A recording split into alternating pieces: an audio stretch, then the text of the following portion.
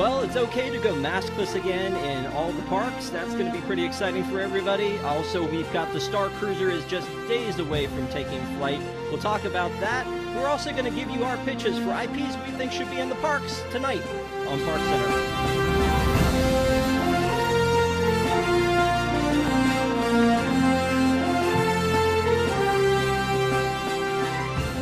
Welcome to ParksCenter for February 20th, 2022. I'm your host, Rob Whiteside. Thank you guys so much for being here with us. Please, if you have not already, subscribe to WDWNT on YouTube for all of our great content. Give us a thumbs up tonight if you can. We really appreciate it. It helps everybody from the team just, feel better.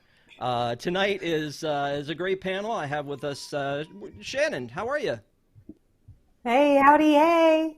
I'm great. I think that's copywritten, but we'll let that slide. Kamila? Hi, everyone. And Matt. Sivako. Yeah, you know what? You can get away with that one, buddy. So tonight, we're going to start talking about Around the Hub. We're going to go around the hub and talk about Disney news. And, man, the biggest story that broke everybody in the blogosphere was talking about this one, the masks. The masks are finally a thing of the past, temporarily at least, right? We thought we were done with these things a while ago. Breaking news came first from Universal, where on February 12th they said no mask required. And then Disney followed suit on the 15th, saying that on the 17th we would have no masks at Disneyland or at Disney World. And then we saw our first look of people happy to be soaring once again without masks on. And, to me, I think it's great to have the choice, right? There was a time where when we first opened after COVID and we went down to the parks and we were basically in hazmat suits and we had our masks on and hand sanitizer all over the place, and they were doing temperature checks and you had to be on the sticker 6 feet apart. There's a lot of stuff that's happening now where I look at it, and this picture I think tells it all, where I look at it and go, maybe I will wear my mask. That's a lot of people all in one place. Shannon, how do you feel about this? Are you still going to do your mask when you're there, or is it going to be nice to be able to kind of breathe while you're riding Seven Dwarfs? No, I am vaccinated. I had COVID, so I think I am good. The antibodies are flowing through me, and I am happy to live my life without my mask. I still think it's a little ridiculous why we're still having to wear masks on transportation. I'll do it. That's how it has to be, but it makes absolutely no sense and is completely illogical. Illogical. Interesting. Matt, what about you?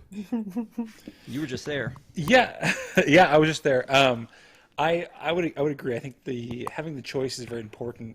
And if you are comfortable, then you can go without your mask. If you're vaccinated, and so forth. And if you're not comfortable, then wear it. I think that's it's our right as an American. But I would also agree that with transportation, it's a little bit illogical, seeing as you can ride Millennium Falcon and be stuffed in a concealed room with other people, and you can't be in a monorail. I think that doesn't make a whole lot of sense to me, but I will follow the rules as they are, and I hope this lasts. Kamila? Yeah, I'm the happiest for cast members who no longer have to deal with whining adults about this. But ultimately, I thought it was something that was going to happen right around now. It wasn't particularly surprising. And I think exactly as we've said, if you want to wear it, you can. If you don't want to wear it, you don't have to. And now poor cast members don't have to babysit. So I'm the happiest for them. You know what? Babysit, exactly. That is the big one that when I've talked to people who are cast members, they're like, yes, I'm excited that we don't have to wear them, but I'm more excited I don't have to yell at guests about not wearing them because, I can't. There's a ton of attractions, and I'm a big rule follower, but there's a ton of attractions that I've walked into Test Track and then had the person go, oh, and I'm just like, oh man, I feel bad. I feel like I should be better than this, and I should have had my mask on the whole time. And I don't like to get yelled at. I don't like to be yelled at. So, and I know that they don't like doing it either. I mean, it's supposed to be a happy place, and they're supposed to be there and making wishes and dreams come true, and they certainly don't want to have to be the police. So I'm glad for that reason that we're, that we get to choose now if we do it. I know that when the October 1st rolled around, we hadn't gone into Omicron yet. I was still, we were all standing there in front of the castle, and I probably said this before, like, I looked around and went, have we cured this? Because this is a lot of people in one place, and I get that, like, outdoors is not as much chance for spread, but when you're, like, shoulder to shoulder and, like, so close to all these people, I just was like, kind of like Chevy Chase in Vacation, roll them up. It's like, let's put them up. I was very happy to see this happen, though, because I think it shows, if nothing else, some hope that maybe we can get on with our lives while still, being as safe and respectful as possible as we can. So yeah, that's a good thing. Let's move on to the next topic, though, because there's a lot of Starcruiser news. I don't know if you guys have heard. Have you guys on the panel heard there's this thing called What's the Starcruiser? Yeah, have you guys heard about it? I mean, have we not been talking about it enough? Do we know that it's real? I mean, that's a good question. I don't know. Is it real? There was a video that we, as a society, made fun of with the kid who plays Adam on the Goldbergs, who came in and showed us how great this thing was going to be, and cancellations started flying, and people are like, "What have I gotten myself into?" And this looks horrible. Honestly, though, this new video that has surfaced for it, I say surfaced as if there wasn't a big plan for them to get this out, shows some really cool stuff. And it gives me a little bit more, I think, confidence in what they're doing here. So if you haven't watched this video, go to wdwnt.com and check it out. You can see all the things that they have coming up. So after you've seen this video, and I'm going to go to Shannon first on this one, because we were talking a little bit before the show, and she is not a fan of this elite experience. So what are your thoughts? Did you watch the video? It didn't clearly change your mind about going on this thing. No, I watched the video, and I do think that it's going to be a great experience. I think people are going to have fun. For me personally, I don't love Star Wars enough to justify the price. The price will just always be outrageous to me and never worth it for 2 nights. That's insanity, number one.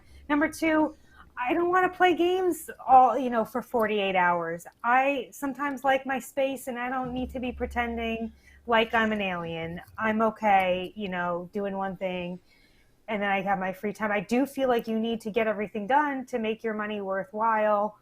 I don't see the rewritability, not for me. But we'll see what's going to happen. You said so many things that I don't understand. And we've talked before about you and I having very different experiences when it comes to going to the parks. But you said I don't want to play games for that long. I don't get that. Yeah, you also said the part about like not being a huge Star Wars fan, and again, I'm confused. No? What's confusing? I'm giving you a hard time. Kamila, you probably heard about this more than any of the rest of us, and probably for a longer period of time. What are you thinking?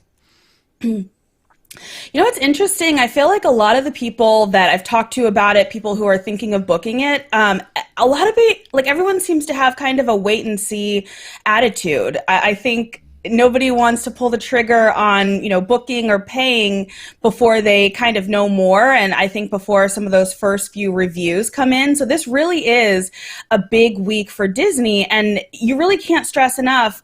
I don't remember another experience quite like this one, where you're really trying to immerse people into this fantasy land in a way that is, overnight and potentially 24/7, at least for a few days. So it's such an interesting concept. And as someone who's not the biggest Star Wars fan, I like Star Wars. I can appreciate the story, not to the extent that I probably would, get really excited about booking this, but I'm very curious about it, because maybe that means we could get more experiences like this if it goes well. But I think the question is, can Disney actually pull this off in a way that's meaningful? And I don't know.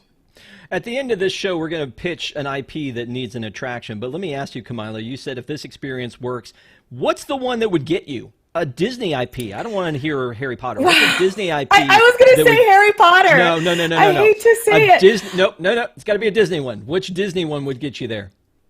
It for sure would be the chance to live in one of the princess castles.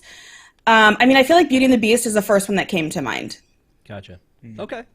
That's fair. Well, and they had that experience with the Year of a Million Dreams and being able to stay in the Cinderella suite, where you could, be, I guess, a little bit into that princess category. But yeah, it would be interesting to see something like that. But that's the first place everybody's mind goes is, man, if this works, we get to go to Hogwarts. We're doing it. Like that's the first thing everybody says. Okay, but to be fair, don't we have Galaxy's Edge because of the Wizarding World? Like, I feel like this was Disney's answer. That's a whole other conversation, I know, but... Yeah, no. I don't disagree, but sometimes I like to pretend like Disney's the only thing in the world, so let's just do that this week. Last time we had a whole bunch of Universal love, but this time we're going to talk about Disney. Before, Matt, I go to you, I want to share a couple other things that we've learned about the Starcruiser this week. One is this book that's the Princess and the Scoundrel, that this tells about Princess Leia and Han Solo's marriage, which is interesting because we know they got married, that we could hear a little bit more about that. But the fact that they honeymooned on the Halcyon, I got a problem with that, folks. It's a huge universe. Why is it that everything has to be connected? And I always go back to, then I talked about this on our review of Book of Boba Fett. Why is it that Anakin had to be the one to make C-3PO? It drives me bananas. I mean, Matt, I don't know if you want to talk about this or the other thing, but it drives me crazy that like this just happened to be the place where they honeymooned. Yeah. Okay, sure, whatever. Yeah, I'm a huge Star Wars fan. I'm a Star Wars fan over a Disney fan, if I'm categorizing my fandoms. And there's a lot of things that excite me about this, but a lot of things that make me apprehensive. I think some of the merchandise to come out with is really spectacular. The kind of cosplay costumes you can buy before your trip is really cool. But I'm worried about if I'm there and like I'm going full out immersion, will someone like Shannon be there and like mess up my experience? And not to point out, it's just a fun example at this point, but like I think part of this is to be immersed, and it's like other people aren't there to play. That'd be off-putting for a big Star Wars fan, but also like let's say there's a big hot shot that wants to try out the new thing at Disney, and they have like these like nerdy old white guys like me running around like playing my lightsaber, like they're going to be a little turned off as well. So I think there's two groups there, I think, that are going to be kind of butting heads in this experience. But going back to the Han and Leia storyline, I'm glad it's a novel and not a graphic novel. That might be a little weird, because they seem like they love graphic novels for all the Star Wars stuff at Disney World. Yeah, I don't know. I don't think it's necessary to have them on the Halcyon. I think Disney's trying a lot to get people on this in this experience, and to then push Han and Leia as like another reason to get on. I wish they would let the experience kind of stand on its own. And when I was there last week, I actually talked to a couple people that were there as part of the test groups. If you see them walking around the parks, they have these big silver badges that say like Halcyon on them, so you can kind of see them from a mile away now. And everyone I talked to said they love it. So I'm not sure if that's just like they're there for free, so they have to say good things about it, or if the first reviews are that good. So I'm excited to see what Tom's reaction is when he goes in a couple weeks. Shannon's already judging everyone who is #hosted, so let's just go ahead and put that out there. But let's just, again, we're going to go through some extra endings on this one, just because I think there was a lot that was covered. But one of the things that happened, and I guess I should have known this, is that they have disembarkation information about the Halcyon, and there was this part where it says, where is it? It says, board your launch pod, and it's like to return to Earth. Now, I should have seen that coming. Like, I don't know that they have this huge thing where, they have this production about getting you up into space, or this production of putting you in the box truck and taking you to Galaxy's Edge, and they don't have the production of finishing at the end. So I kind of thought it would be sort of one of those things where you just walked out the back door, and it's like, oh, well, that was cool, and scene, end of the play. But apparently you have to do it all the way to the end, and I can't imagine what a nightmare that will be to get people out, because I've seen a school carpool, and I know that a lot of times trying to get a whole bunch of kids roped into an area and, out single file can be a problem. Another thing is, this is very similar to when Docking Bay 7 changed all of their names from Tip Yip back to Chicken, is that we're looking at there are, toning down the immersion of, the data pad and now calling it the Magic Band. But this one, I got to tell you guys, we had a big fight about, how the signage going away from Disney was taking away the Disney. This sign, I don't hate this sign. I mean, the idea of this being posted to the website was that we were telling people, hey, Starcruiser is so close, they're actually putting up signs. But when we were talking about the old-fashioned purple and red signs going away, I was like, you're taking away some Disney. This actually gives me faith that maybe all of the signs won't suck. So any and all of that you want to discuss? Shannon, thoughts before we move on? I think we're going to find out a lot tomorrow when everyone's going on their free booze cruise. Booze not included. But wow. Gosh, I'm speechless. I got to wait and see. Okay, maybe that's I'll fair. be proven wrong. But again, as the great Tom Corliss once said, look it up, kids. Great. Mars 2112. I'm not sure I like the whole great thing, but one of the other things that I missed was that we posted this survey and they asked people, and Kamila, I want your take on this. They asked people, indicate your level of certainty around traveling for your upcoming Star Wars Galactic Starcruiser reservation, and it's like, are you fully committed? Are you somewhat committed? Are you not very committed? And not at all committed, we're planning to cancel. Kamila, this seems like they're actually offering people a way out.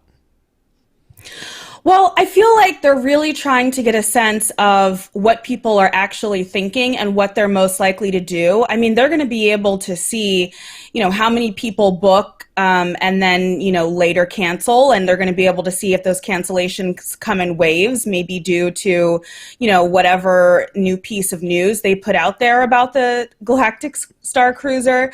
And I feel like to some extent, Disney lately has done a kind of a bad job of hiding, kind of what may be happening behind the scenes when they put out these types of surveys, because they're just kind of so blunt in their question answering, like, are you going to cancel? The only other thing I will say about the Starcruiser, for me, it's just such a difficult concept to wrap my mind around. And I almost feel like the one thing that would have made it so much better and truly worth it, even at this price point, is if it was just an actual cruise. And I say that because, keep the immersion, keep the theming, don't have it be just one of the regular ships, but at least on an actual cruise, you're truly, kind of, you're at sea, you're being taken away, you're going somewhere, and you can still have that same concept of, you're playing a role, a stormtrooper, a member of the resistance, whatever you are. And to me, that sounds so much more interesting than me knowing I'm just on Disney property, but I'm not. And we're all just what are we doing? I don't know. What are we doing? What are we doing? You know what? That's a good point. You could have a non-Disney experience in any city in the world. That's kind of what Disney Quest, was going to be about, is opening Disney Quest in other places. And the idea that you can have this day excursion to Galaxy's Edge obviously is, part of the incentive of doing that. But if they're going to basically, to Shannon's point, lock you up for 48 hours, they might as well, you might as well build this thing in I don't know, Tampa. I don't know. I mean, build it somewhere else that you could actually, like the cruises where you could get there in one day and get back, or you could just go there and not have to worry about being on Disney grounds, because people are going to, have to make that decision about, is this the time where I do the Disney trip, or is this the time when I go on the Halcyon? So I just want to also acknowledge Stephen Crawford. Thank you for the $9.99 super chat. I'm waiting for the new Disney housing development. Want to experience a 2-hour box truck ride to Disneyland so that the magic is not ruined, not a 5-minute one like the Starcruiser. Again, thank you for that. I would be great. Can you just... I'm 9 hours away from Disney World right here. Can you pick me up in a box truck and drive me that 9 hours in full immersion? I would love that. This is like when... So. Go ahead, Shannon, and we'll come to you next, Kamala. This is like when the people would put their Magical Express luggage tags on their bag and then leave them outside their house, then go to the airport without their bag. Okay. All right. Kamila, what were you going to say? Yeah, I was just going to say what strikes me a little bit about the Starcruiser, and then also some of the other recent news we've gotten about not only, you know, like this new planned Disney community, but you also have like, you know, the way they were allowing you to have parties in Toontown. Like they're selling, you know, these new types of Disney, these new types of way to experience Disney.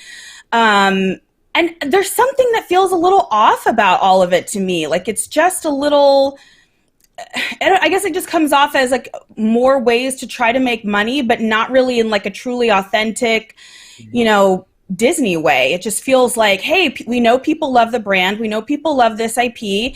Let's let them rent out Toontown. Why not? Let's, you know, build this housing community. I don't know. There's just something weird about it. Let's make some like weird cabanas in Tomorrowland and charge people an insane amount of money to stay in them. Gosh. Some things work and some things don't, I guess. I don't know. What an eyesore. Yeah. Let's move on now to a section I like to call Fight Club. I feel like we every week have a fight article on our website to talk about, but I really do think it all kind of stems back to the idea of we were all boxed into our houses for COVID, didn't know how to interact with other human beings, and then I think that we just, for some reason, our frustration level as a society is really high, and it takes not much to get us like thrown off our game, for lack of a better term. But some of these stories, boy howdy, this one where the drunk guests take their clothes off and brawl at Disney Springs. I was trying to align the times with when Shannon was there and try to figure out if this was something that she was involved with or not. We'll talk to her about that. And then guests yelling at security cast members at Disneyland Park. So it's not East Coast exclusive. It's East Coast and West Coast. You know, I think back to that Toontown fight. The whole family had this huge fight in Toontown in Disneyland about 2 or 3 years ago.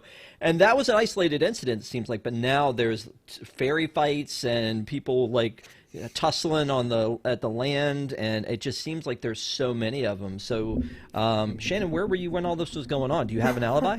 Yeah, I don't really like the shots fired in that article referencing New Jersey, but yeah, I actually believe that social media makes it seem like this is happening now out of the blue.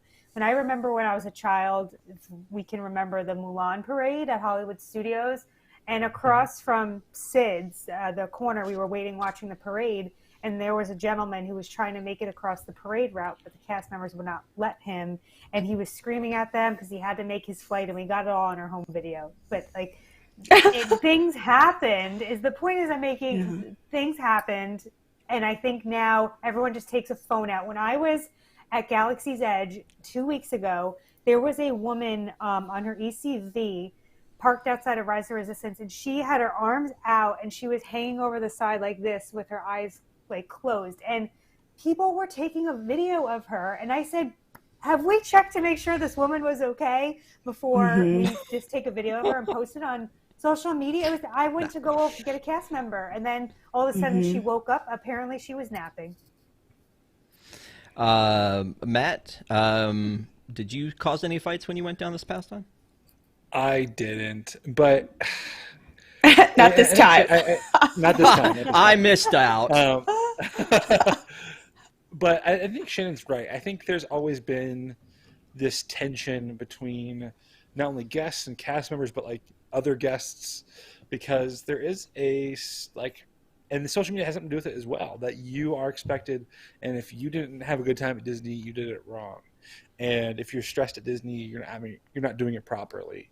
And I think that's just a symptom of just today, but also the idea that like it's getting more and more expensive to go, and if you don't have a good time, if you don't make this fast pass or lightning lane, if you don't ride a certain amount of rides, then your money is lost, which I think is true to a degree. But I think there's just a lot of tension now, and I think it's always happened. But to have a great time, and you're paying thousands of dollars to have a great trip, and if you're stressed out and you realize that, hey, I've got like a day left in this trip and I've only written like 5 things, like, yeah, you're going to be kind of ticked off. And I think Disney's not done a great job at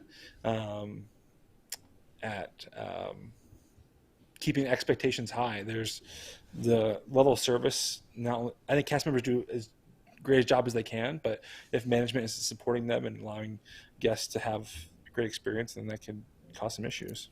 Yeah. Before, Kamila, I'll let you wrap it up for us. Another super chat from Stephen Crawford. Can we have betting on the fights as part of the Genie Plus to make it more attractive? You know what? I like the ingenuity. I like where your head's at. Let's get the people More on ways the phone. to make money. Yeah, exactly. More ways to make money. Because like Kamila said, they're always looking for more ways to make money. There's always more ways to make money.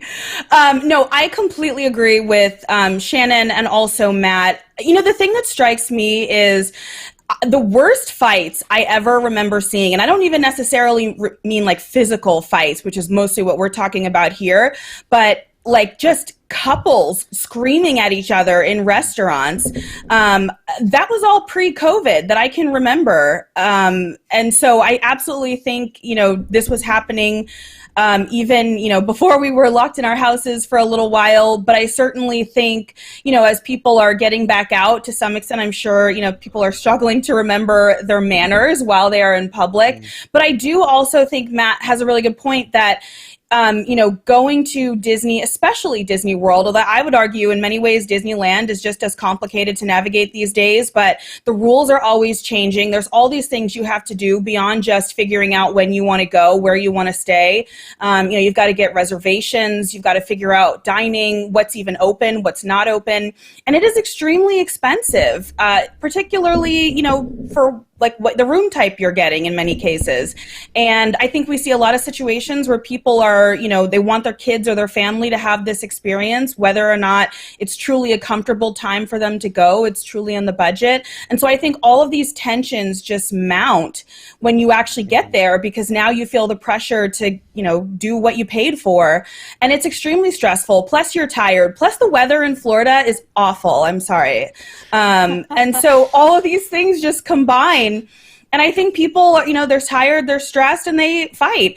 But I will say, you know, I think there's an aspect to the fight in Disney Springs that, like just the alcohol that's there. And as we have these conversations about like, are we going to have more alcohol in the parks? Because if anybody's ever been to DCA, I've never seen more alcohol in a place. But surprisingly, I don't remember necessarily, you know, fights breaking out. But I will say this, I kind of think it's really important for Disney to monitor this and make sure that they do their best to not overcrowd people, to recognize, you know, where the tension areas are. Because I feel like a lot of this is on them. They need to create these great experiences and recognize, you know, where the pressure points are. Yeah.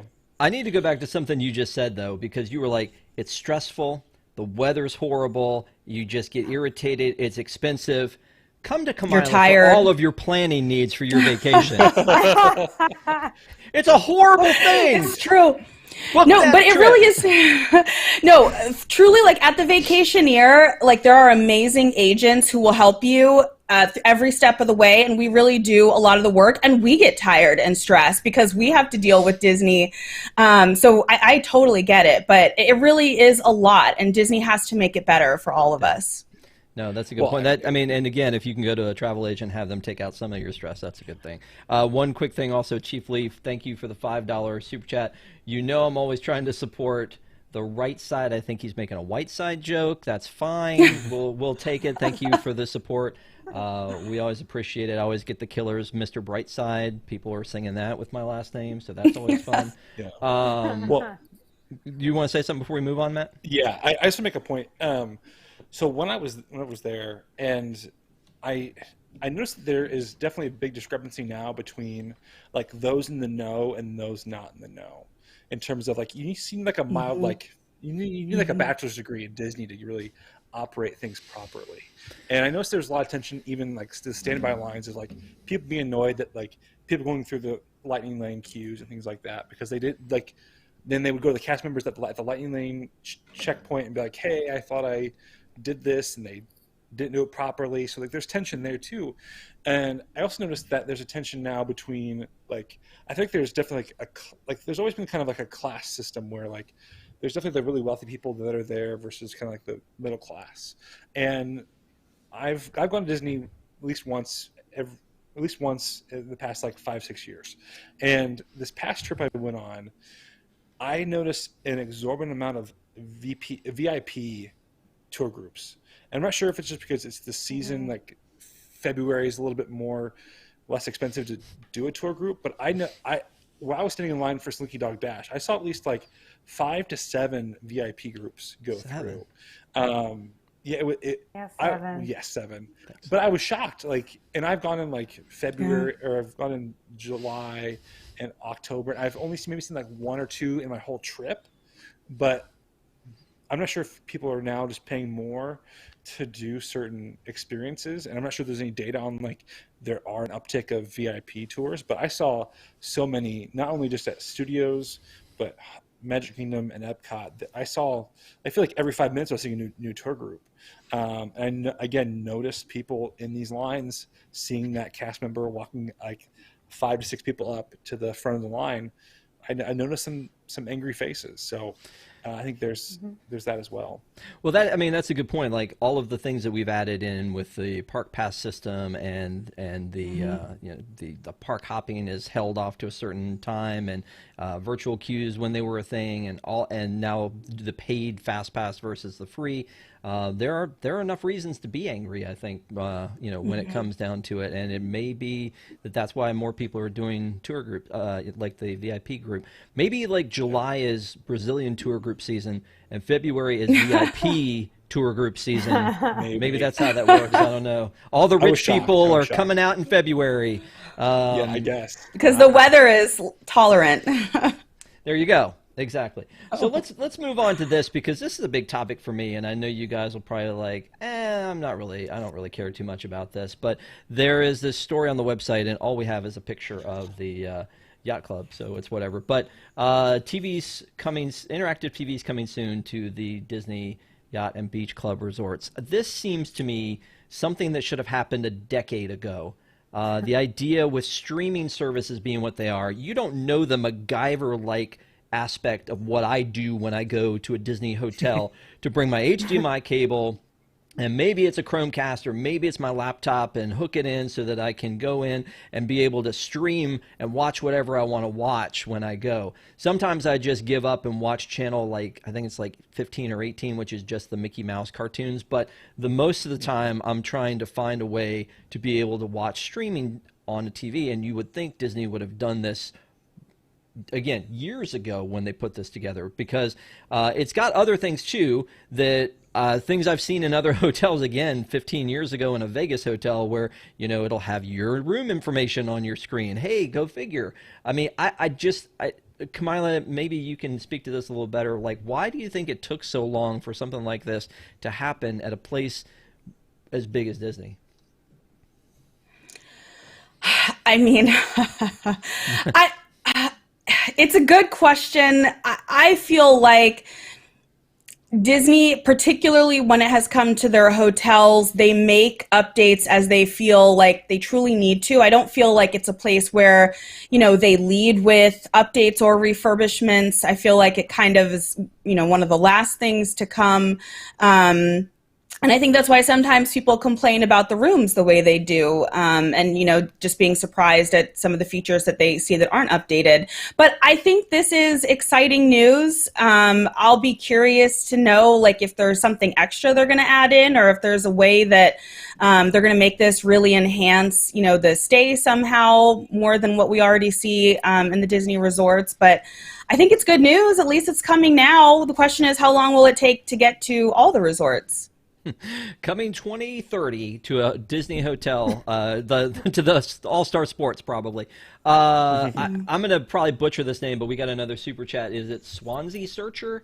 $10 super chat if you do not do your research before coming to Disney World, and that creates fight aggression. That's on the visitor. No excuses. Agree. Yeah, I mean, we did a segment on one of the park centers about A lot of times we put the onus on Disney, but there are a lot of things that Disney park goers do that they should have more respect for one another. So again, thank you for the super chat, and that's a great point. Shannon, when you go to Disney, do you ever watch TV, or is that just, I mean, is that too blasé for you?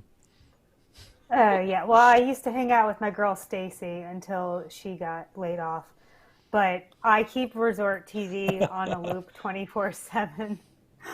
That's it. That's I mean, all I got. that's actually one of my favorite things is to go, and my family would always just drag me for it. Is like I'd walk in the room and I just like, let me just sit down and watch this. And they're like, you know all this stuff, and I'm like, yeah, but it's like Yeah. I want to see it again. I want to find that moment where like the thing loops. Like I want to know where the video loops and be able to see all the stuff. And it's exciting. I mean, I think that's one of the things that was really cool about the Magical Expresses. They would play that kind of almost like a sizzle reel that just to get you into it. Like that was exciting, and I wish they had that. So I still say that should be available on Disney Plus so that I can watch it from my house whenever I feel 1,000%. like I'm just like, I'm missing out on an opportunity to be at Disney. At least I could turn that on and enjoy like looking at the park hours and hear the that screen as well. But I miss Stacy. We all do. It's we hope she's found some employment elsewhere. Let's move on though, and we'll talk about some DVC news. So the Disney Vacation Club, we know that the Grand Floridian Resort and Spa has been is going to be adding more rooms, and those rooms are going to start. They're going to start building them on March 1st. It looks like. But then, if you want to buy in, it looks like that you can. If you're a Vacation Club member already, you can start on March 3rd and buy into that. So get those pocketbooks ready. It's time to get some Grand Floridian DVC points in. But the other thing that happened in DVC news was that Moonlight Magic is returning, which I'm very excited about as a person who has saw that yawn. No, Yeah. you just caught my yawn. Anyway, but as a person that bought into DVC from Disney, this is one of the things that I most looked forward to being able to do is these member events, this Moonlight Magic. The problem is that when they go on sale, it's kind of like trying to get tickets to Comic-Con or something like that. You have to, or tickets to Celine Dion. I don't know, something that you want to get tickets to. And it's like it's like you got to be right there and just like click the heck out of it. And it's like, oh, I'm sorry, they're all full up. It's like, well, I mean, this isn't a Gen Pop thing. This is a DVC thing. Like they should have enough openings, or at least maybe they do a thing where it's Moonlight Magic at all 4 parks in the same night, so that you have to choose and go to one. But I mean, I don't know if. And just raise a hand. Anybody else a DVC member on this panel? Okay, cool. So then, Matt, what are your thoughts on either? Are you buying more Grand Flow points or Moonlight Magic? No, we're very happy with what we have at the Poly, or at Wilderness Lodge. My bad. But I think I'm definitely excited for Moonlight Magic. I'm not planning to go to in the first few, but it's good to know that those are now becoming part of kind of the norm again, and so we can then hopefully plan some trips around those. Probably in the next 6 months or so, maybe 6 months to 9 months, we'll go back for a short trip. But I'm excited. I think I love after-hours events, and I'm happy to see that there'll be more benefits as a DVC member for all of us that participate in that program, because there's become less and less benefits over the years, and I'm glad that this one is coming back. Yeah, I actually have been to one of the Moonlight Magic, and it was the Typhoon Lagoon, and it was kind of amazing. It was, they really did sort of a VIP treatment, and there weren't a ton of people there, and it was being at Typhoon Lagoon at night was kind of weird, but kind of awesome, and it was really neat to do it. And I just looked at it and thought to myself, like, they should do this more often. They should really do these more. I think they do like 2 to 3 nights per park. And that's about it, but they haven't been around for a little while, so it is nice to see them back. I hate to keep playing the travel agent card with you, Kamila, but since you do wear that hat, let me ask, is that something that a lot of people, do people ask you about DVC, and if so, what kind of stuff do you tell them? Yeah, I mean, the biggest thing I see is when people want to rent the DVC points and use that, because that can be much more affordable compared to just, buying a 1 or 2 bedroom villa for your stay. And so we usually refer them out. But I think, as far as these types of perks, I think it's really exciting, as someone who was formerly an AP, to see things like this come back, because I feel like these are groups of people, both DVC and AP, that just kind of have felt not that much love from Disney recently. But the one thing that stands out to me is like with the deluxe evening hours, which I took advantage of on my last trip.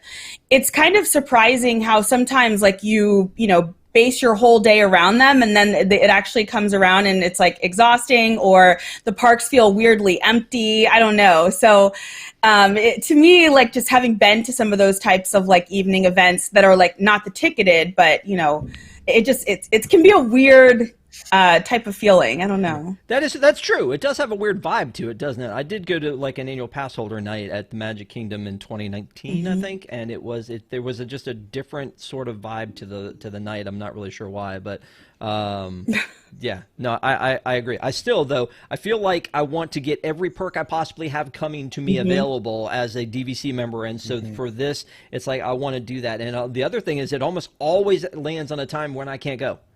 So then when I find one that I can go to, and then it sells out it's full up in 18 seconds, that is a little frustrating.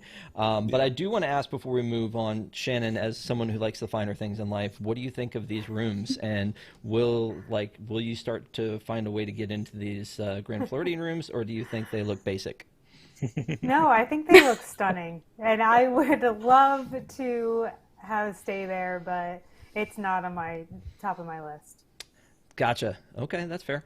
So let me move on to our next topic, which is something that we haven't seen since 2019, which is a straight-up ticket increase, which is funny to me that we wouldn't have seen that. Apparently, the last one was March 2019. I assume there was one due in March 2020, and something weird must have happened.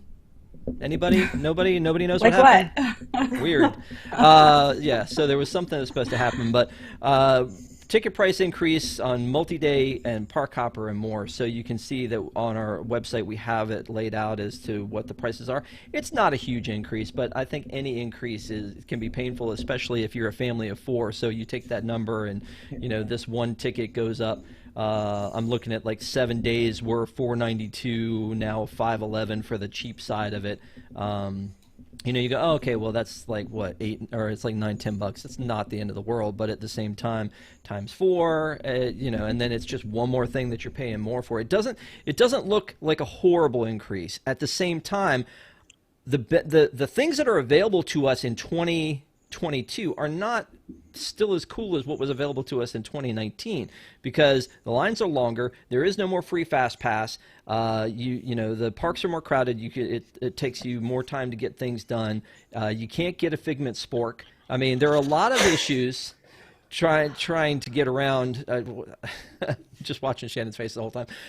There are a lot of things though that like you can't hug Mickey, and there's just other things that are different. So I'm glad they waited this long to do the price increase, but at the same time, they've hit us with so many things that resort-wide food and the food and beverage increase that they did a little while ago, all of the increases that they did with the annual passes, it seems like it's just one body blow after another, and I'm glad they waited on this one, and it's not horrible, but it still feels like that they could have done without this one. And Shannon, I'm going to go to you on this to see, is this something that you care about, have an opinion about? Do you think it's all fair?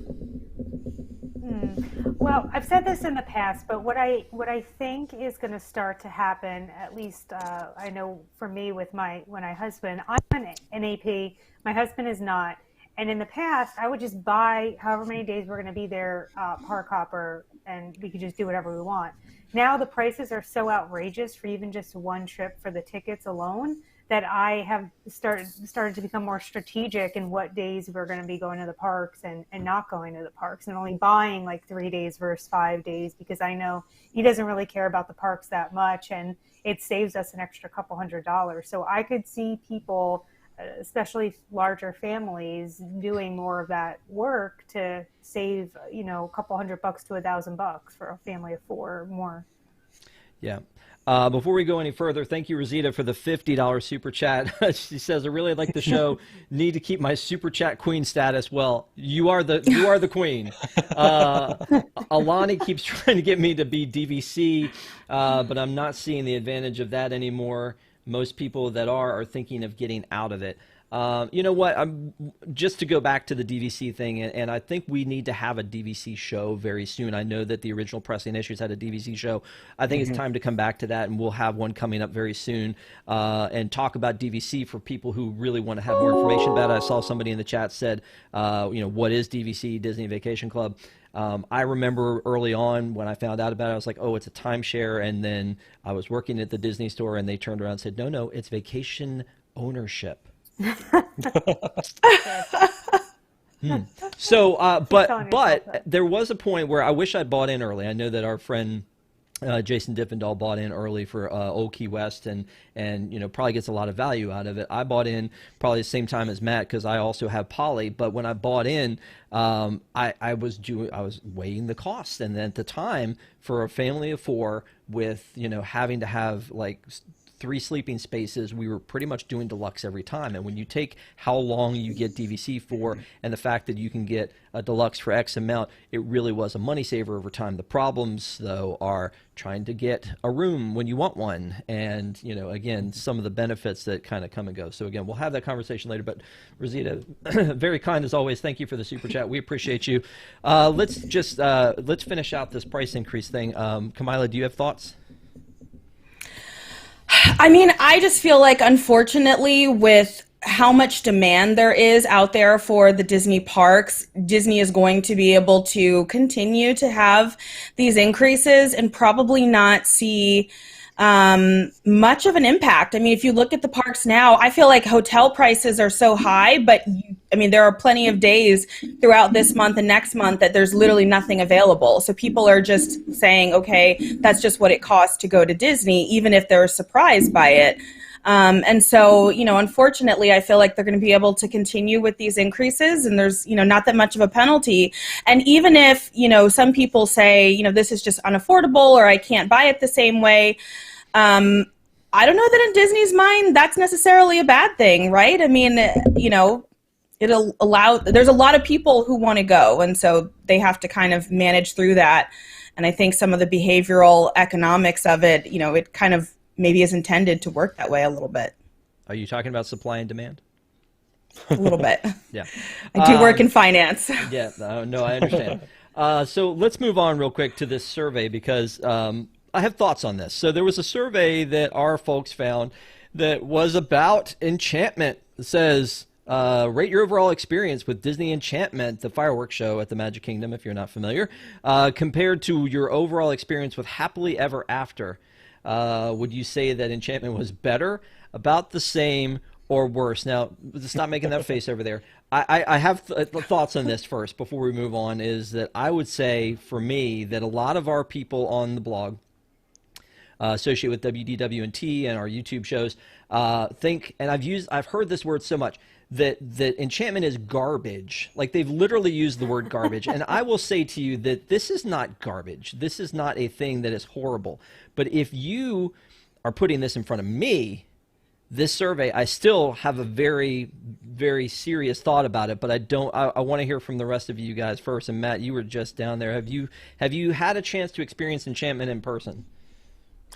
I haven't yet. And I was...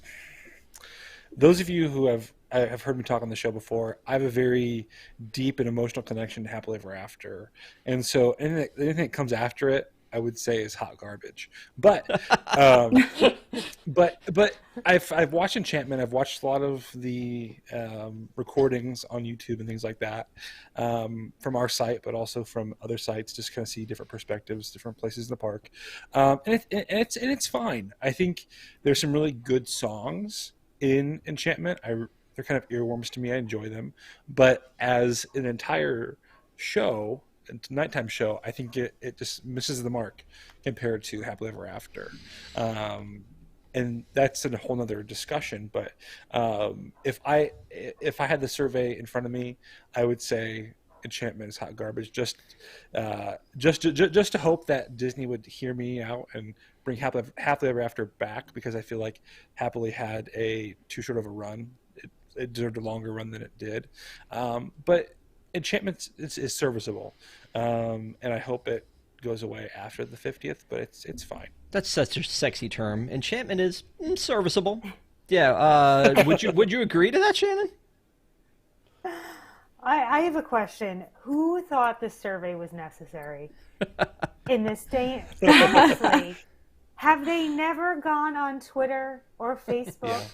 And I understand that not everyone who goes to these parks, and a lot of people aren't on social media. However, I feel like the people who are more inclined to take this survey when it comes to their email box are people like you and me, who want to get our voices heard and who have something to say. But we're saying those same things online. So you're saying they could have saved themselves some survey time and just read Twitter. Correct. Exactly. Kamila, have you seen it in person? Yeah, I have. And I will say, so when I was at Disney last, at Disney World in December, I was there with a group of people who had not been to the parks in over 10 years. So everything was brand new, and that was really fun and special to see them react to everything. And we had some priority seating for Enchantment, and they loved it. They thought it was so special. The fireworks were so well done. And so I think it's just kind of a friendly reminder that, you know, there's the Disney fandom and what it thinks and all the history that it knows. And then there's everyday people who are, you know, just looking for a great fireworks show. And I think it is still very good. I actually think the actual fireworks are better, even if you prefer the soundtrack of Happily Ever After. So I feel like we got some improvements with Enchantment.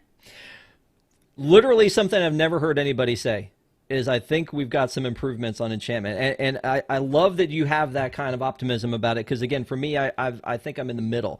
I think for me it's that, you know, I loved Wishes. And when it was going away, I went down to see the final show so that I could just say goodbye to that show. And I loved that show. And then when Happily came along at first, didn't love it. But I think then it really depended on, and Matt, you said you saw this on a video. I think it depended at that time on where you saw it. And once I saw it from the hub looking up at it, I was in awe. I was in love. Happily Ever After had me. And it didn't mean poor Wishes. Doesn't mean I think any less of you. It just means that, you know, that I had a love for Happily Ever After. And I think that it really depended on where you saw it. I saw it from the top of Bay Lake Tower once.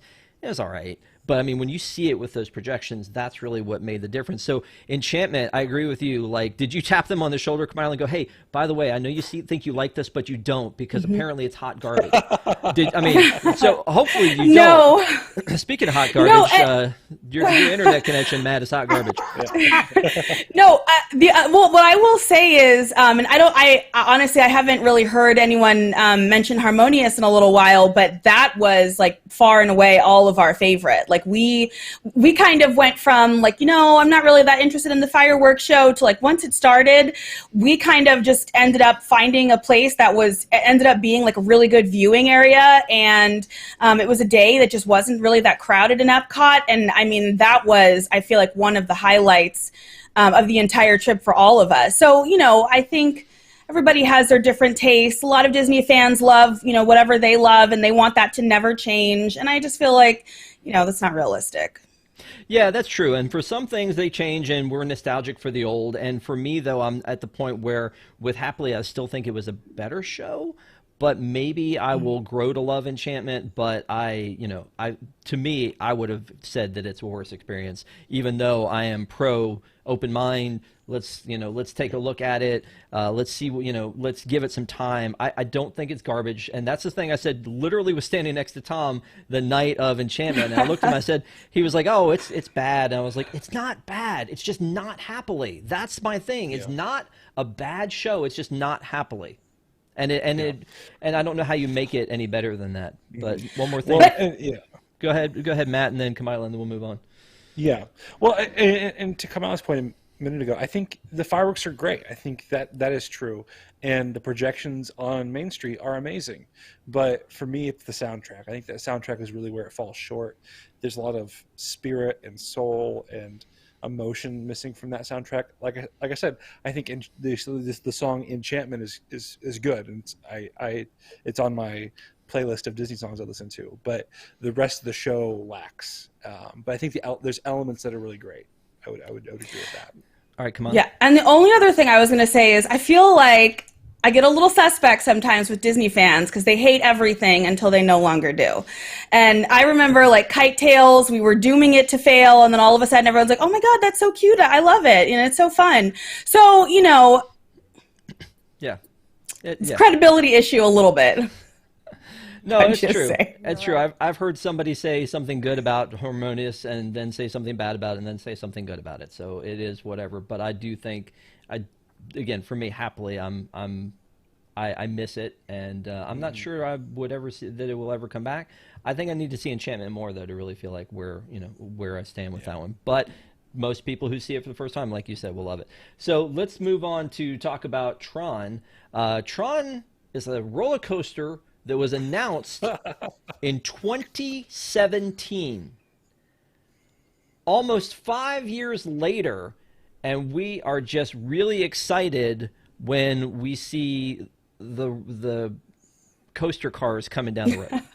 I mean, seriously, I am. I'm like, oh my gosh, is this finally, are we getting closer to this? And then, I looked back at this article that we had back in December because it was left out of the 2022 coming soon attractions that this may not come until 2023.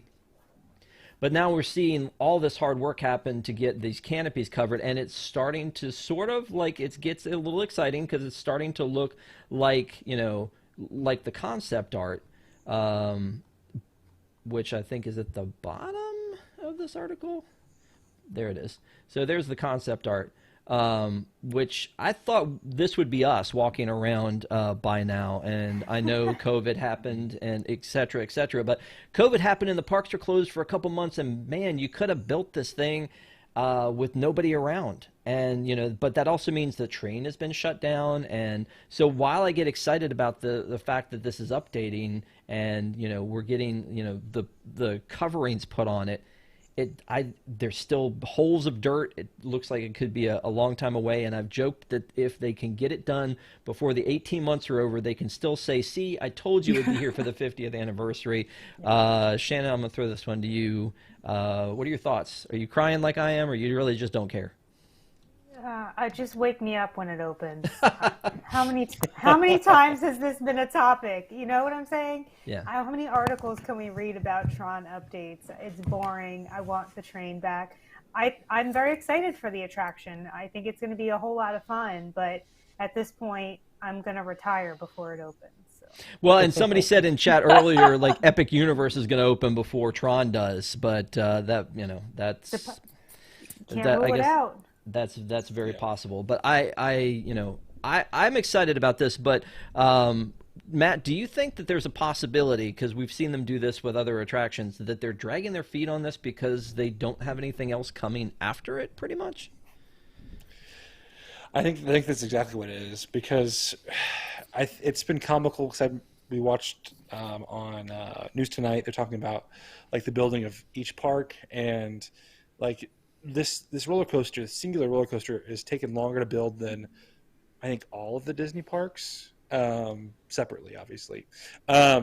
So it's comical, and I think that's precisely what it is. I think they need that one last thing at the very end of the 18 months, because Tron is on a lot of the 50th merchandise. One thing I think of most expressly is on the Starbucks mugs, like the Tron Lightcycles on those mugs as part of the 50th merch. So I think that might be kind of a plan they have. And we saw this with Ratatouille as well, is that they had Ratatouille built. They were doing like weeks and weeks of cast member previews and media previews because it was ready, but they waited to the 50th to open it up. So I think it's kind of like their ace in the hole of, hey, we have Guardians coming out this summer, and then this coming next spring we'll see Tron, I think. Okay. I'm going to move on because we're running out of time, and I'll start with you on this next one. Kamila, is something I've jokingly been calling Journey of Dirt, because every time we look at this thing, it's just like so much dirt. And while this is something that I get that this is how construction works, and they're building out Moana Journey of Water, it seems like it is taking this one a long time to happen too, in the very middle of Epcot, which that bothers me, because I wish they were more focused on trying to get this one fixed up. But with Journey of Water, the other thing that strikes me is that once they get this done, I don't know what's happening behind it these days with the Celebration Center. Like they've canceled that project. What are they going to do? Just like unfurl a huge roll of indoor-outdoor carpeting, Kamila? Is that, do you think, what they're going to do instead of anything good? I mean, I have high hopes that this one is really well done. So many people forget about the aquarium that's over in Epcot, and I think the aquarium is so special, like even compared to other major aquariums you can find around the country. So I know Disney can do this really well. I guess it's just a question of, are we going to get this anytime in the next, I don't know, 5 years, 10 years? It's just a question of when. But I'm excited for this one, actually, and I like the concept of, like, it's kind of something you can walk through, and I don't know. I just hope it's really nice and immersive. Yeah, I agree. So we just got a super chat for $4.99 from CK Barry. How on God's green earth could Universal complete Velocicoaster before Disney completes Tron? Rhetorical, no good answer. I agree, and here's the trick about that one is kind of like Journey of Water. It took place in the middle of the park, but it was in the middle of an open park when they were building this thing, and they waited to announce it until it was already being built and people are looking, and we had already known what it was going to be, but Universal's like, I don't know what it's going to be. And then when they finally announced it, they were almost there to get it open. So I mean, that is very frustrating. So again, thank you for the super chat.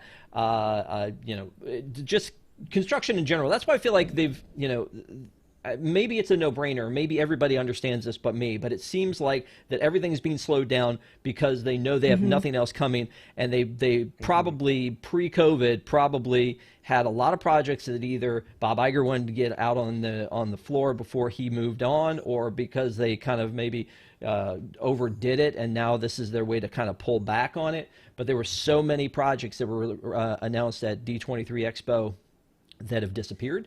So many projects that have been canceled, so many projects that are still undone, and so many that we still don't even know about at this point. Like, where is that stupid DuckTales World Showcase Adventure? No one has said a thing about it. Perry was fun. You could have left that there. It would have cost you nothing. You took this out, and that one's kind of a bummer. We may have some more to say on this, but I want to also move on to Cosmic Rewind, because that's another one that, to Shannon's point about Tron, it's like, for the love of God, how much have we talked about Cosmic Rewind? But every time they do something, we get excited about it here at WDWNT. They have first lights illuminated on Guardians of the Galaxy Rewind facade. These toys, this is actually kind of funny, because I assumed that they expected this thing would have been open for long enough to have fans already, and that they would want to go buy toys. But the fun thing is when you go and you click on this, the link to these toys, page not found. So yeah, so you can't, I guess you can't buy those toys anymore. Maybe they were like, guys, is that attraction done? I don't know. Call Florida. No, guys, it's not done yet. Okay, pull them off. We're not going to sell them anymore. Because I was ready to buy them. Honestly, because, again, I have a problem when it comes to merch anyway. Everybody knows that. But I thought that was pretty cool. But the other thing that has happened with all of these projects is that they have removed Cosmic Rewind and Ratatouille Adventure from the Epcot experience. They had some things that the Epcot experience, if you have not been, you can go in and see a preview of what's coming for the reimagined Epcot. They've pulled some things out that used to be there, like Mary Poppins is gone from there, but they still have some things in like Play. And I mean, it's a weird vibe when you go in there, because like I said, this was built when they were gung-ho and all these big projects being out, and then now they're not there. So Sometimes I go by the Epcot experience, and just look around and go, hey, remember when we were going to be doing a lot more than we are? I know you seem to be a little bit of an Epcot fanboy with your flex on your golden Figment statue back there, Matt. Did you stop by the Epcot experience recently, and how do you feel about Cosmic Rewind, and did you get to see the ship? Yeah, I didn't go by the Epcot experience, but I did walk past the pavilion, and I think the ship is very impressive, and I'm hopeful to what they're going to theme the strut with, because that was something I was kind of critical of, because we have floating mountains, but we can't have a floating starship. It's kind of confusing to me, but I hope the theming is done well. But I just really hope that all this gets done quickly, because if you've been into Epcot, it's almost impossible to navigate through the front of the park. You kind of have to choose your path very quickly on which direction you're going through the front of the park in Future World. But to your point earlier, Rob, I'm very concerned about D23, because I think it's going to be a lot of regurgitating what we've already heard from them, and instead of announcing new things, they're going to be like, here's the official opening date of Cosmic Rewind, and here's the official opening date of Journey of Water, versus actually giving us new things. I hope that they're not telling us about the official Cosmic Rewind opening date in the fall, because I've been promised summer. Now, I know summer could end in September, but I've been promised summer, so I feel like that we need to hear about that sooner than later. But I get what you're saying, because that seems like a destination D23, which is kind of like Baby Expo that they did last November. It was, hey, here's the official name of this, and here's something more on the Wish, or something more, and here's the floor to the new cafe, and a lot of things that just okay, thanks for sharing those details. But remember when you would announce big things happening? Let's get back to that. That strut you were talking about, though, I'm noticing that when I go to look at this toy, I don't see that silver strut on the front available here. So, I mean, I don't know how you're going to make it stand up without that thing. That's kind of depressing. Again, to move through very quickly, Magic statues. There are 50 Fab Friends, but what, 36 statues? There's not 50 statues, and now they're adding these interactive components. But to me, this looks like they're adding speakers, so that maybe when you go to see Mickey and Minnie, and the idea being that maybe the Magic Band Plus will interact with some of these statues. But our reporters have gone through and painstakingly taken pictures of every little speaker that's been installed in every place all over. So, if you need to see where every speaker is going to be located, and God bless them for painting the one on the purple wall purple. I mean, even if it's the wrong shade, that's a cool idea. I just think that it's going to be neat to see this happen. But I like it when they add extra magic to things, but I don't know what their plan is with this one, Shannon, and how excited are you about what it could be? I mean, cute way to get people to buy even more expensive magic bands. We went from free magic bands to have to pay for magic bands to let's buy these really expensive ones. And guess what? You can fight elbows with people to hear a little speaker in the bushes. Well, and the other part about that is, like, when you do interactive stuff, and you see this with the Sorcerers of the Magic Kingdom or at Harry Potter, when you do the wand, you have to stand behind the person to see what's happening. I wonder if it'll be like that or not. Kamila, I mean, are you excited about this? I don't know. I think it sounds like a nice little touch. This is one of those, though, where to me, with the Cosmic Rewind and, the Journey to Water, with those, you could kind of see a scenario where they're delayed because, there's a labor shortage, there's supply chain issues, like there's all these real things that are happening that are impacting, every business around the world. I don't know that that's what's holding those up, but it wouldn't be surprising because many other, industries are having similar issues. But with the statues, there's kind of this question of, this is something pretty simple and straightforward. So what took so long for this to get installed, unless, these speakers were on a shipping crate somewhere. I don't know. Like, this just seems like it shouldn't have taken this long. But I think it could be a nice touch. Yeah, they were on the same ship with the cream cheese that's been missing from grocery stores for so Right. long, probably. No, I agree with you. I mean, that's a great point that some of this stuff could be delayed by shipping, the supply line, the supply chain. That's the greatest excuse of all time for everything, right? The supply chain. Why are there not enough houses? Supply chain. It's one of those things we keep saying over and over again. So granted, that could be it, but I feel like Disney,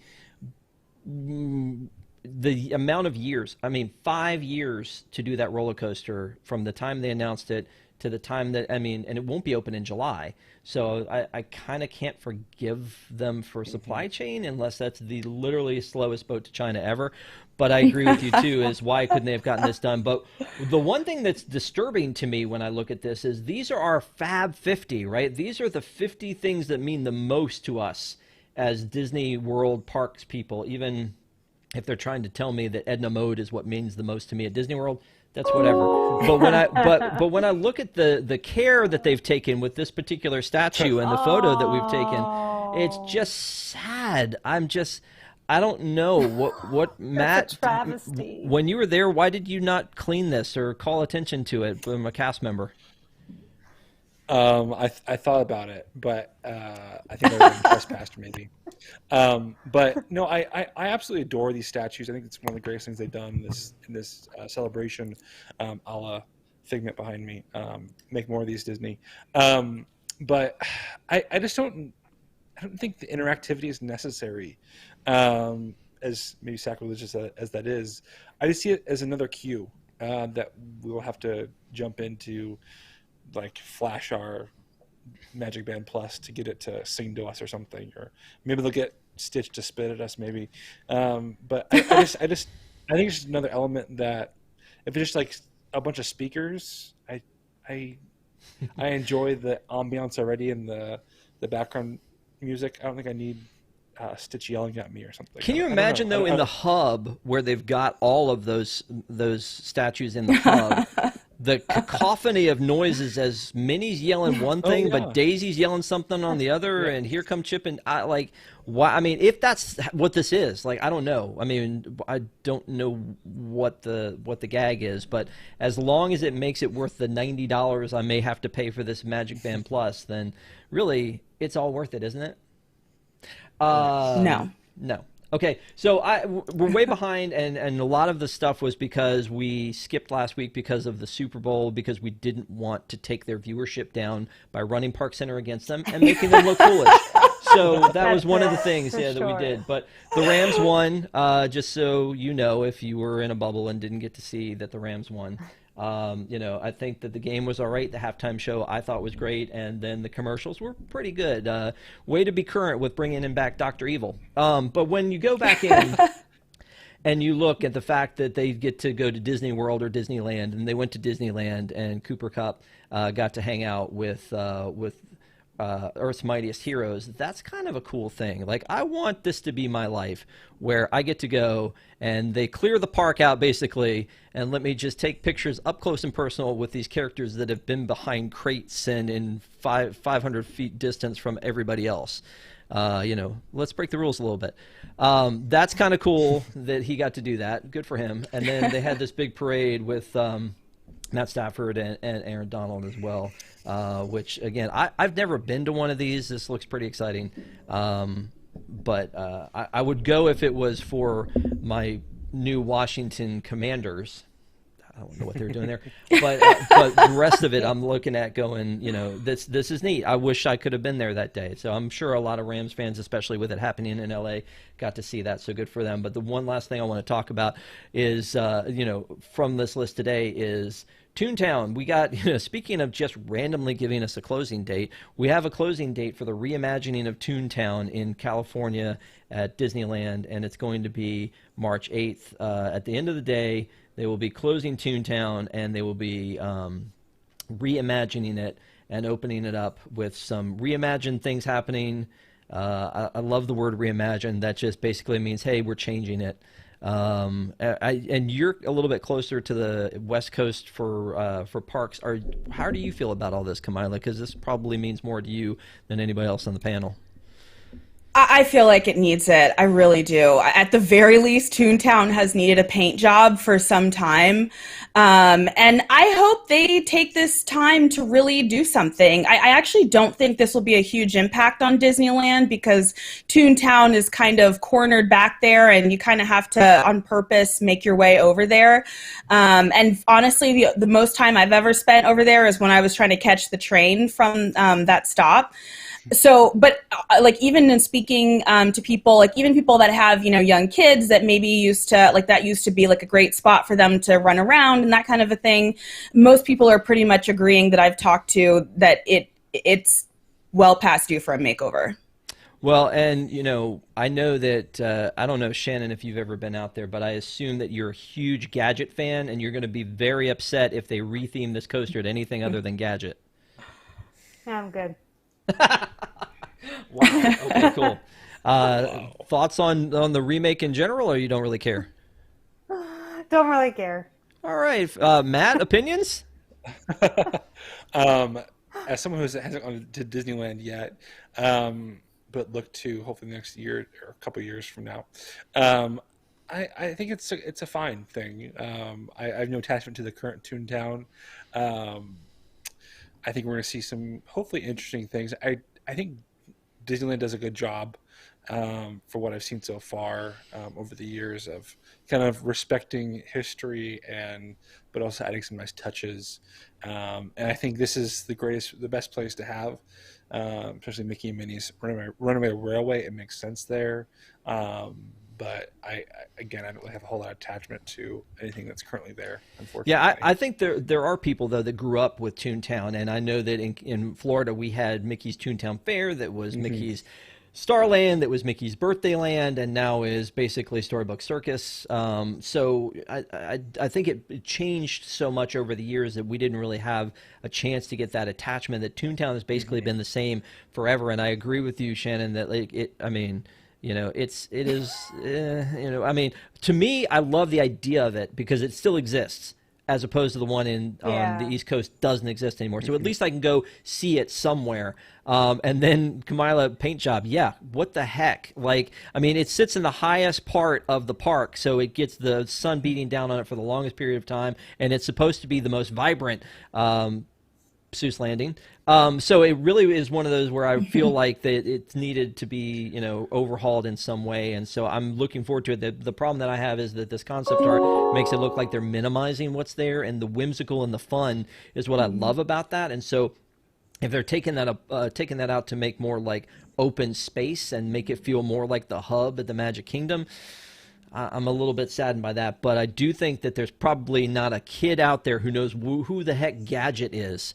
And I don't think that the new Chip 'n Dale Rescue Ranger movie will help them with that, but who knows? Like, I mean, I just think that it's probably past time to change that one and maybe, bring Goofy's Barnstormer in, make that the theme of the new one so that people actually get excited about that one, and maybe they will. So time will tell on that one. I do want to say, again, we've kind of, we've had a lot to bring into the fold tonight. I definitely want to, we'll talk a little bit more about this in the post show, everything that we kind of missed here, but we're going to have a conversation about the pitch that Lin-Manuel Miranda made about having Encanto have its own attraction, and our panel is going to pitch some IPs that they feel like should be in the in the mix in the park. So stay tuned for that, and we will be right back after a quick commercial break. Don't go anywhere.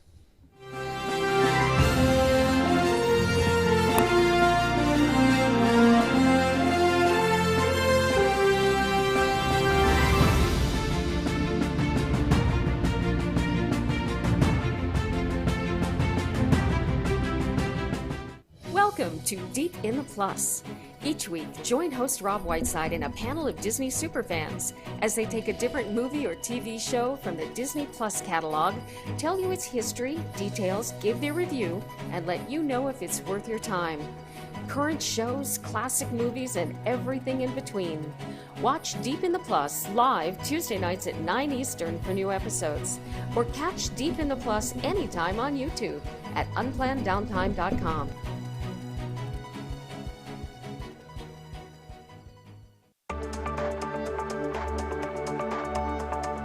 Welcome to News Today with Universal Parks News Today. I'm Tom Corliss. Here now the news.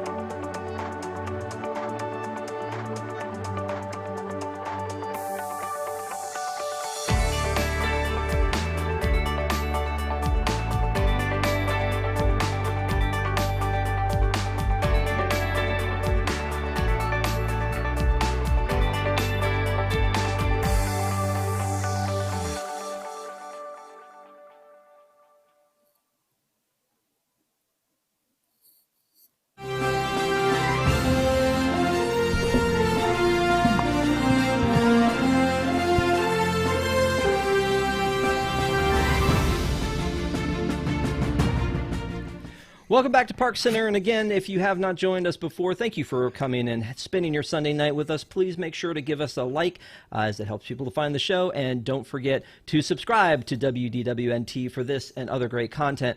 Every time I watch that commercial for UPNT, that Boss Baby just creeps me out. Just putting that out there as well, because it's just too weird. So tonight the task is this: that we always go through the news and we have usually a pressing issue topic, but tonight the topic is not necessarily a pressing issue for everyone. But here's the pressing issue that came up into my mind: is that Lin-Manuel Miranda, we wrote this up for the blog, has already pitched an Encanto Disney theme park attraction to Bob Chapek. Because if you want to get anything greenlit and give it a lot of money, you go right to Bob. No. But I would say that I would love that, and Encanto is moving very quickly. It's been nominated for an Academy Award. It's got the soundtrack is blowing up. We don't talk about Bruno, but everyone else does because it's a huge song. We did a review of it on Deep in the Plus if you want to check that out. But it's really been a fun ride, and I love the idea of this attraction, this being an attraction of some sort. And if they do it, I hope they do it justice. That's the thing, is that a lot of times that an attraction, they don't necessarily always make an attraction, aka the Tangled Bathrooms. Or maybe like a Coco Puppet Show, or there's a lot of things, and I know that there probably is there's not an infinite amount of space, but they have a lot of opportunities with all the parks around the world to be able to do something for some of their more endearing IPs. And so what I've asked the panel to do tonight is to take an IP that you think is sorely missed and not represented in Disney parks. Now, there's a lot of stuff coming. We know Princess and the Frog is going to be, represented with the remake of Splash Mountain. And, I hear Tron will be represented at some point in this millennium, possibly. But, so I want to ask you guys, and we're going to start with Shannon. What do you think is an IP that's missing, and pitch us an idea of what you think the attraction should be for that IP? Okay. It's going to be a completely novel concept, but get ready. Mary Poppins. Buckle up. Cherry Tree Lane, right? Can we Yeah. all envision this? I'm with you. I think I can see the concept art so clearly in my head. So I have a high budget and low budget version. So my high budget, I'm thinking something like a Peter Pan's Flight Track, but maybe with some kind of simulator like a Soarin' or Flight of Passage, right? And you're in your own individual ride vehicle, and you start by flying. You have an umbrella handle that comes down, and you're flying over London. Admiral Boom, he sees us. He tells us the weather forecast. He welcomes us in onto 17 Cherry Tree Lane. We then enter the home, and we go up the banister into the children's bedroom, where we're seeing the toys and we're singing to, what's the song? Spoonful of Sugar. Clearly I'm a big fan. I'm just really sleepy. Sorry, folks. We are going to then transition to the park where we encounter Bert, and our ride vehicle becomes the carousel horse. And we're going to go all through the park, having a grand old time, eventually transitioning to the rooftops of the chimney sweeps. And we're going all along the rooftops, singing and dancing as one does, and we end still in the air as a flying kite. So that's my really high budget version. Now let's go in today's world, low budget. We're just going to go Enchanted Tales with Belle, except you meet Mary. She measures you with her tape measure. She's got her carpet bag, pulls some tricks, and we sing and we get a spoonful of sugar. And she assigns you a house. You're in Slytherin. You're in Griffin. No, okay. So, but this is the concept art. I think you're joking about is that there was supposed to be a Cherry Tree Lane Rob, attraction. Did you steal this from my? Oh my gosh, I did. When you told me you were doing Mary Poppins, I was like, I think this is what she wants. Let me draw this up real quick, like the the concept art we make up for WDWNT all the time. Yeah. I couldn't agree more. I feel like Mary Poppins, when you're in California, Alice and Mary are better represented in California, I feel like, and Kamila, you could agree to that. All the characters. Yeah, so, but I mean, they're better represented, I think, in California than they are in Florida. But I mean, you've got the UK. It seems like it would be perfect to do, and I know that this was on the original agenda, was to do something, but we never heard what it was going to be. We heard rumor that it was going to be a spinner ride of some sort. But with your concept, Shannon, is it new Mary or is it old Mary? No, old Mary. There's only one Mary. We all know that. Julie Andrews. I mean, don't tell Emily Blunt because she thinks there's two Marys. So, no? Okay. No, I think that's great. I think that it needs to happen. But I don't know what it would be or when it would be. But it seems like Mary Poppins is an IP that is just sorely lacking, especially in Florida. That's just my thought. And Matt, Kamila, any thoughts on that? You give it the thumbs up. We're going to do it. You're going to green light it. I love it. Okay. Thank you. All right. So, and that was with her being sleepy. Imagine if she hadn't been sleepy, what she could have come up with. Right? I mean, I think she spent all her time painting that Figment picture behind her today, and that's what really wore her out. So she didn't have enough time to come up with the concept art for anything else. All right. So, Matt, what are you feeling? What's the one IP that you think is totally lacking? Yeah, I was really boggling my mind about some IPs, and I'm a big Atlantis fan, but I think that's the time for that's past. I'd love to see Pocahontas and Splash Mountain instead of Tangled. I think it fits better there. But the IP I chose was Tangled, and I think it's such an amazing movie. The soundtrack is, I think, quintessential Disney at this point now. There's so many beautiful scenes that we could have in a dark ride, a la Small World, Rhine River Cruise is what I'm thinking. And I'd put it either in the Germany Pavilion, where the Rhine River Cruise was going to be, or kind of controversial opinion is let's get rid of the East Coast Small World and put Tangled in there. I think I would love to be in kind of the boat that Rapunzel and Flynn ride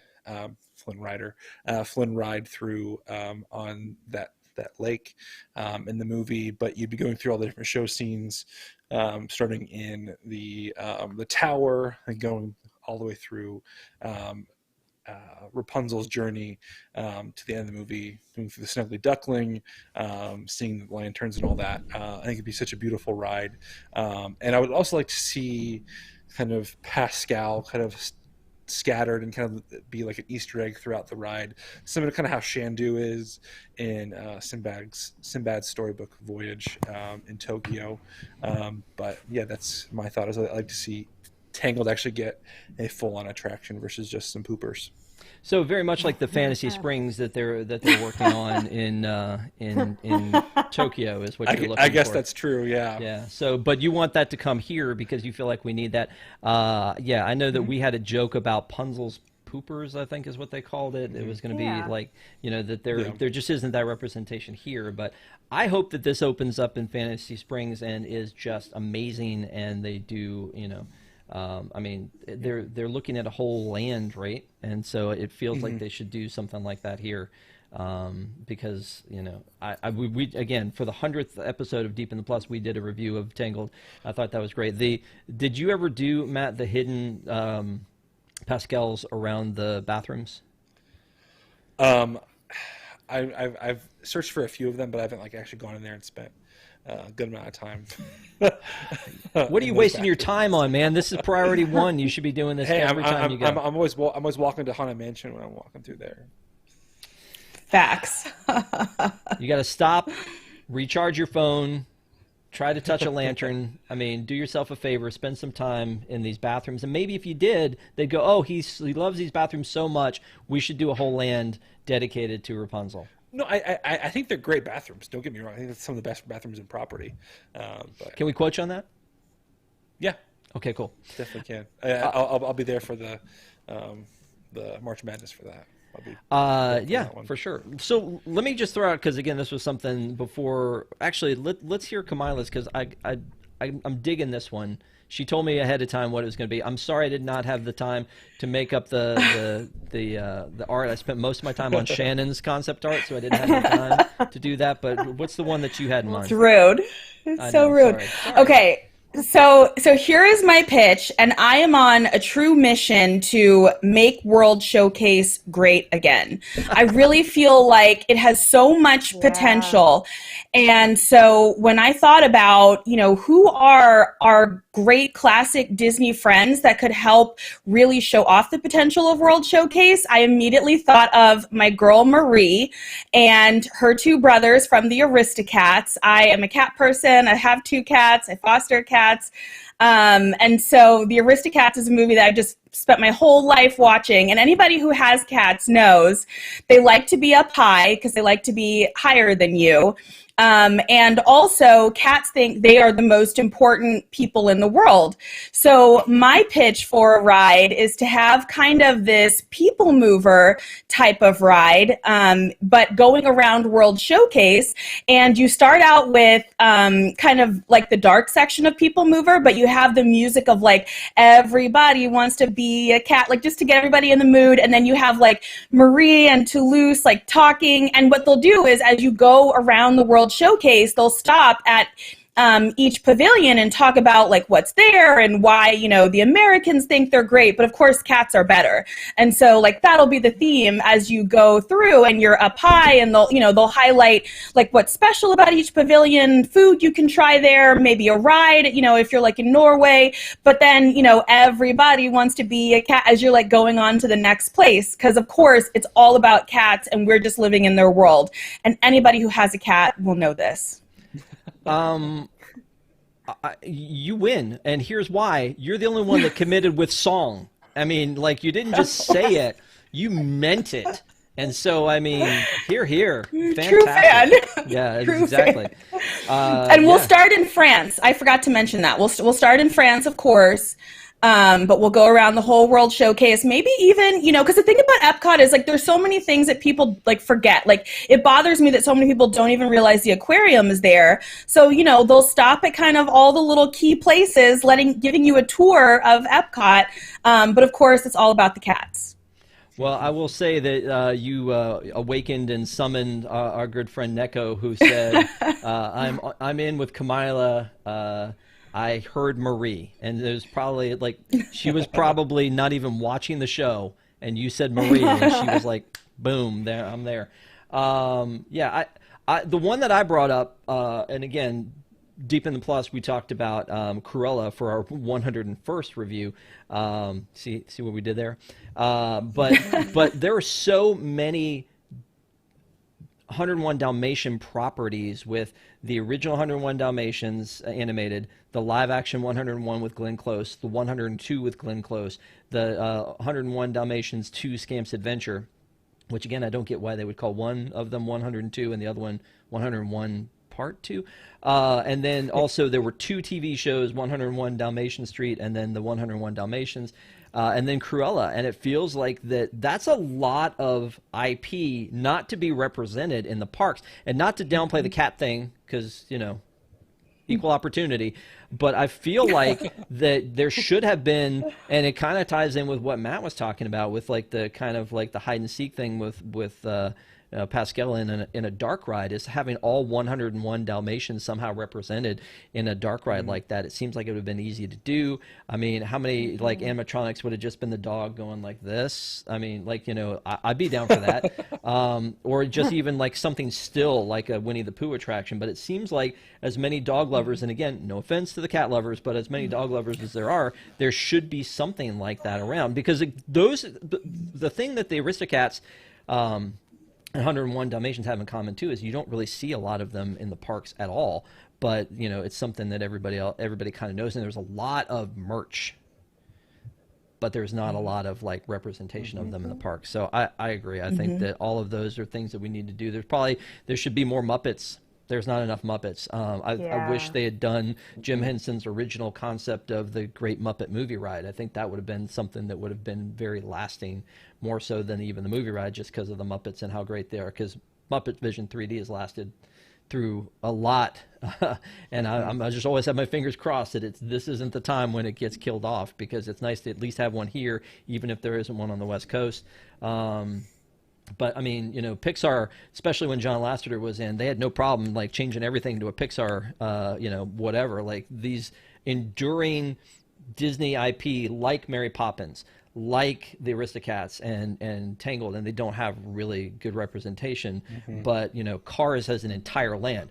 Love Cars Land. But if you had said to me, well, we're thinking of doing Mary Poppins, or we're thinking about doing Cars, it's like, did you see Cars 2? Why are we doing this? Like, but I mean, but it's crazy to me that that's not there. So anyway, I appreciate you guys putting together that pitch. I know we're running late, but I do want to get final thoughts on the night from each of you, and I'll start with Shannon. And thank you again. Shannon was very tired today. She was like, I'm running out of gas, and she's like, you know what? The show must go on, and we appreciate it. So final thoughts. Final thoughts is be careful what you wish for, because we all wished for a Mickey Mouse attraction and we got Runaway Railway. Ooh, wow. That's the Shannon we wanted to come on the show tonight. So thank you for doing that. Matt. Yeah, I think it's a great show. I think there's a lot to look forward to, but a lot to hope for in the future. I hope that Disney starts listening to the fans more, and not only holds up their end on some promises they have to us, but keep providing quality themed entertainment. Love it. All right, and Kamila?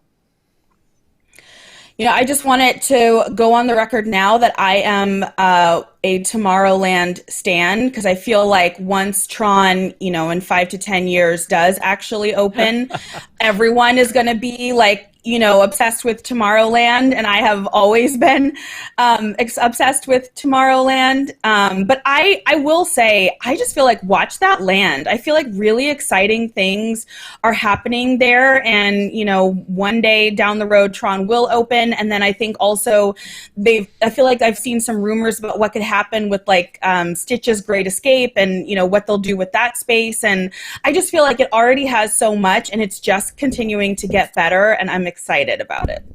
And in your future Tomorrowland, does this Tomorrowland Speedway still exist? You can get rid of that. That can go.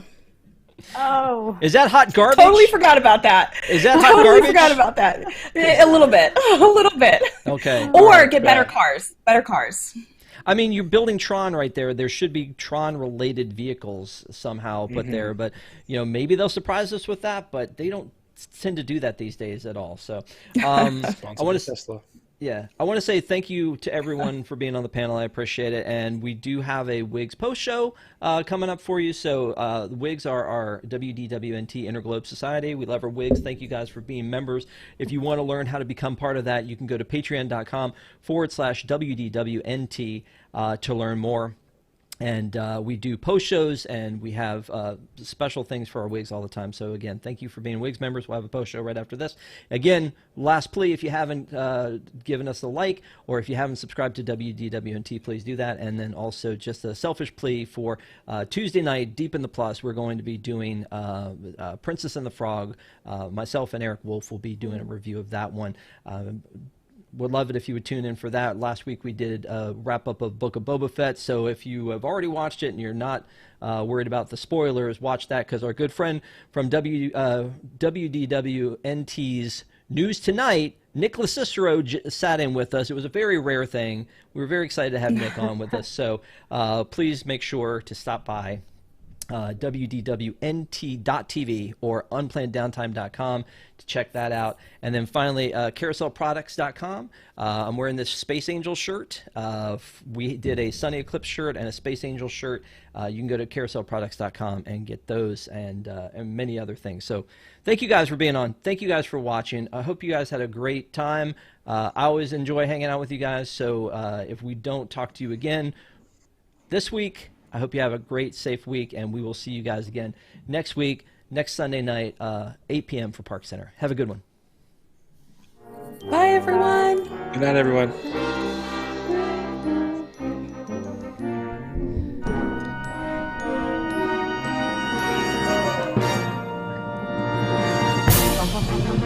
Dun, dun, dun, dun.